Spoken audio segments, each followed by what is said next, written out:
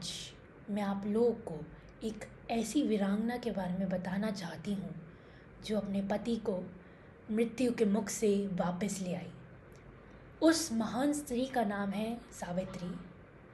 आज मैं सत्यवान और सावित्री की प्रेम कहानी सुनाऊंगी। एक समय की बात है, उत्तर भारत में एक राजा थे जो बहुत ही दयालु और दयावान थे। उनके लोग उन्हें बहुत पसंद करते थे, लेकिन उनके जीवन में एक रुकावट थी। उनका कोई बच्चा नहीं था। बहुत साल निसंतान रहने के बाद उन्होंने एक भगवान पर अपना ध्यान केंद्रित करने का फैसला किया।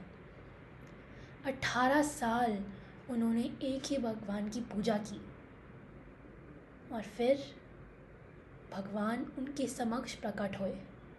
उन्होंने कहा कि उनकी सबसे बड़ी रानी को एक बेटी होगी और एक बेटी हुई।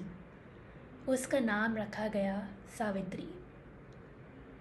सावित्री जब बड़ी हुई तो उसे अपनी सुंदरता और अपने नेक दिल के लिए पूरे भारत में जाना गया। एक दिन सावित्री के पिताजी उनसे मिलने आए और उनसे कहा कि अब उनकी शादी की उम्र हो चुकी है और वो यह चाहते हैं कि वो अपनी पसंद से एक लड़का चुने। सावित्री जी ने हाँ कर दिया, लेकिन उन्होंने ये कहा वो उन राजा राजकुमारों को चुनेंगी जो आश्रम में अपनी वन गमन की ज़िंदगी बिता रहे हों। राजा जी ने इसकी स्वीकृति दे दी और सावित्री जी अपना वर ढूंढने निकल पड़ी। जब वो आश्रम पहुंची तो उन्होंने बहुत राजा और राजकुमारों को देखा। सबको देखने के बाद वो अपने पिताजी के पास पहुंची और उन्होंने कहा कि मैं सत्यवान को चुनती हूँ, जो एक अंधे राजा के बेटे हैं जिन्हें इसी कारणवश अपने राज्य से निकाल दिया गया था। उसी वक़्त एक बहुत ही गुणी साधु वहाँ थे। तो राजा जी ने उनसे पूछा कि इस राजकुमार के बारे में कोई चीज़ें बताइए। तो उन्होंने कहा कि ये राजकुमार बहुत ही बहादुर हैं, बहुत बुद्धिमान हैं और बहुत दयावान भी हैं। फिर राजा जी ने पूछा, इनके बारे में ऐसा कुछ नहीं है जो बुरा हो? साधु ने कहा, है, एक चीज़ तो है, वो है कि ये 12 महीनों में मर जाएंगे। राजा जी तो बहुत चक्के रह गए। सावित्री जी के पिता ने कहा कि वो किसी और को चुन लें, लेकिन सावित्री जी नहीं मानी। तो फिर सावित्री जी के पिता ने सत्यवान के पिता से बात की और फिर शादी जल्दी हो गई। शादी के बाद सावित्री जी सत्यवान जी के माता पिता का बहुत ध्यान रखती, जिससे वो भी बहुत खुश होते। सावित्री जी प्रसन्न तो थीं, लेकिन वो हर दिन गिनती थी क्योंकि उन्हें पता था कि उनके पति की ज़िंदगी धीरे धीरे जा रही थी। उन्होंने व्रत रखना और पूजा करना शुरू कर दिया, जिससे उनके पति ना मरे। आश्रम के लोग जब ये देखते थे तो वो भी मन ही मन प्रार्थना करते थे कि सावित्री जी कभी विधवा ना बने। वह घातक दिन आ गया। सत्यवान जी ने सावित्री जी को कहा कि वो वन जा रहे हैं फल और लकड़ी लेने के लिए। सावित्री जी बोली कि वो भी उनके साथ चलेंगी, क्योंकि जब से उनकी शादी हुई है वो एक भी बार वन नहीं गई हैं। सत्यवान जी ने कहा कि वो भी व्रत पर हैं तो अच्छा होगा कि वो उनके साथ ना जाए, लेकिन सावित्री जी बोली कि वो उनके साथ जाएंगी। अंदर ही अंदर उन्हें पता था कि वो दिन आ चुका है जिस दिन उन्हें मरना है।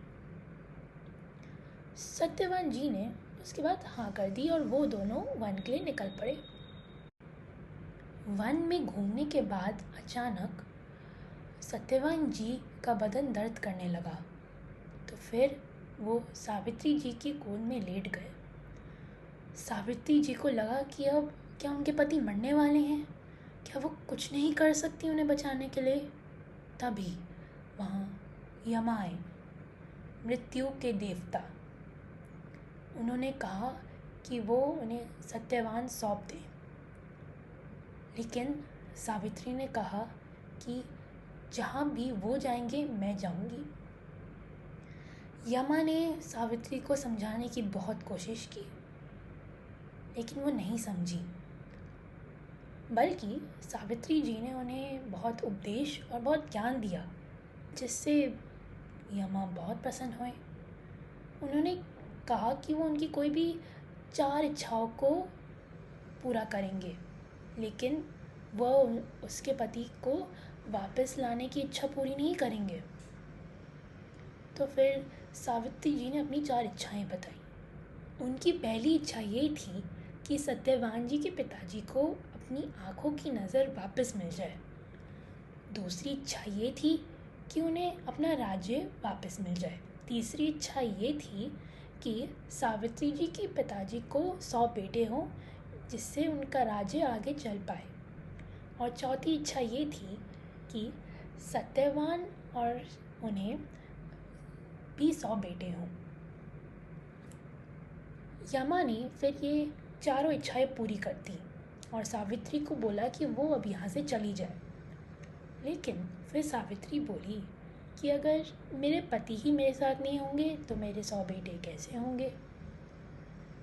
यमा जी उनकी समझदारी पर चौंक गए और उन्होंने सावित्री को सत्यवान वापस कर दिए। फिर उसके बाद सावित्री और सत्यवान अपनी पूरी ज़िंदगी खुशी खुशी रहते हैं। इस कहानी से हम ये सीखते हैं कि हमारी बुद्धि हमें कठिन परिस्थिति में बचा सकती है, तो हमें हमेशा अपनी बुद्धि का प्रयोग करना चाहिए। जैसा प्यार सावित्री ने अपने पति से किया, अगर आपसे कोई करे तो आपको उसका सम्मान करना चाहिए, क्योंकि ऐसा प्यार सब लोगों को नहीं मिलता।